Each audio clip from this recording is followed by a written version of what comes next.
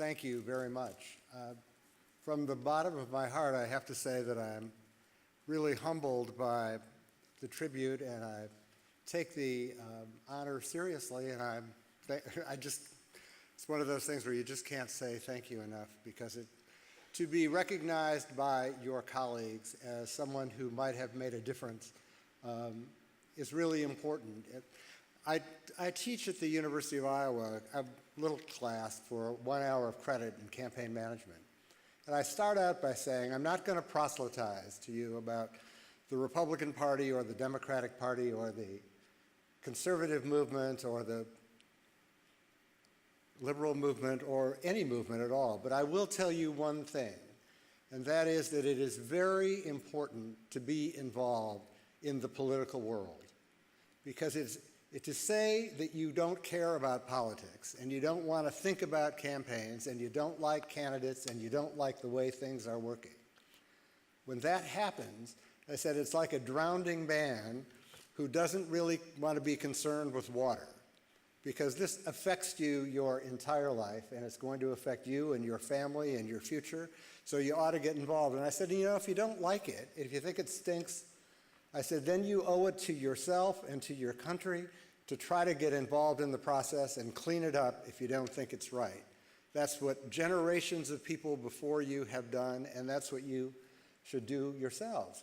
And so I start with that kind of encouragement. And then we talk just generally about campaigns as they exist and the 5 key elements, and organization and communications and finance, and then some management principles like being for what's going to happen. In addition to that, though, I think back over my own career, which now I think spanned about 50 years or so, from 1967 when I was hired as a junior field person out of the University of Iowa to serve as a field coordinator for Eastern Iowa. And I can remember the university placement director calling me on the phone and saying, looking for a job, and she's saying, "Are you a Republican?" And I said, "Would it help?" And she said, "It would on this occasion, because I've sent all of your materials off to the Iowa Republican Party, and they're looking for a field coordinator, and I think it's going to be you." And I thought, well, that's pretty terrific.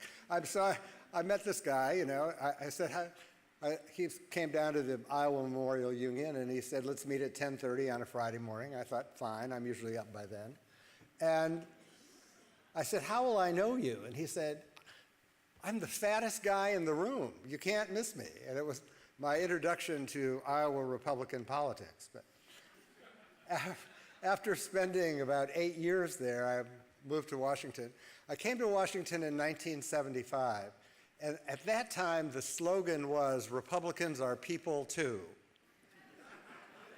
And I might have even had something to do with that, but like all good consultants, I was able to disavow that and say, I don't know who that stupid person was who thought that up, but it certainly wasn't me, and I tried to warn him that it was a dumb idea. I left Washington several years later in 2012, and Mitt Romney had bestowed that same right of peoplehood on corporations, and I thought, my God, we've gone full circle at this point. There have been huge, huge changes in the political process from 1967, when I got started, to the current day where I'm teaching.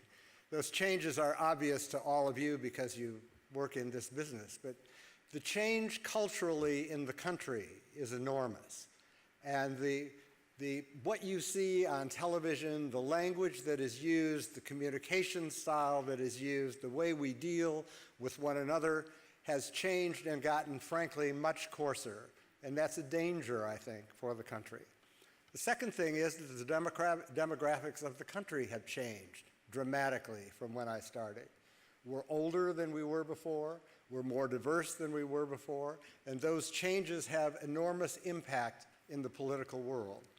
The third thing is that the parties have changed enormously, and that change is going on right today. The Republican Party is changing faster and more rapidly than I've seen in my lifetime. It's older, it's whiter, I was going to say dumber, but I don't mean that. It's older, it's whiter, it's more knowledgeable. even though it's lost more college graduates and $100,000 earners than at any time in our history. But I'm sure that, in the evolution of change that goes on, that kind of change will change again. And then finally, the enormous changes that have occurred in the media for how we communicate with one another. Never have so many Americans had so much information available to them at one time in one place, but never have they been able to isolate themselves more from not hearing what they wanted, or never hearing what they didn't want to hear.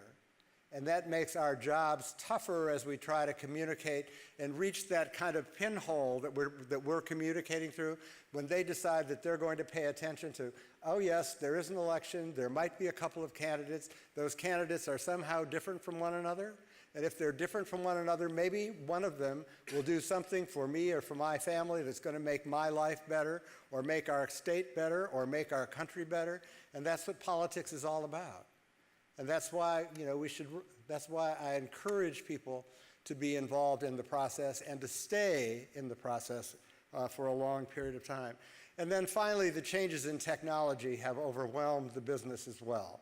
I understand that because I have a lot of people who know about it, talk about it in my class, as opposed to me, because I don't know enough about it. But in any event, the technological changes have an enormous impact.